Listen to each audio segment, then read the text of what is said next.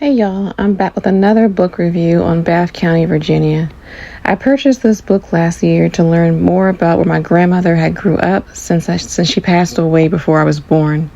My father also didn't know too much about how she grew up or much about the area.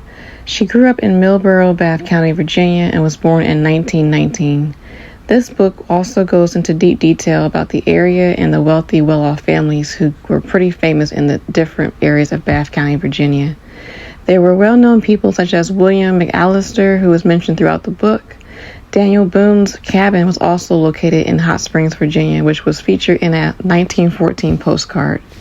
Bath County is very well known for their Warm Springs pool.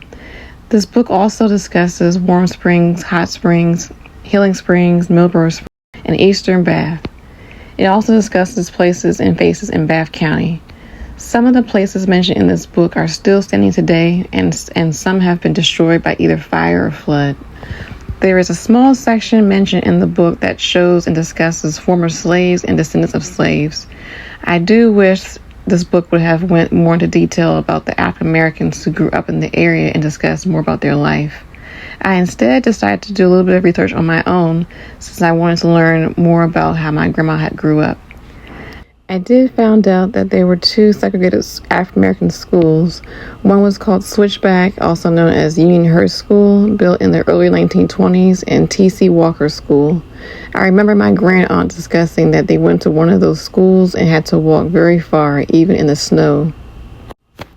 I believe the school still stands today, but is not open to the public. In my opinion, it should be used as like a museum for African Americans just to go to see how school was back in that time, but that's just my opinion.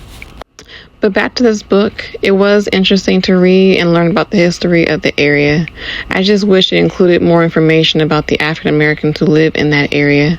Thank you for watching and stay tuned for my next book review or future videos.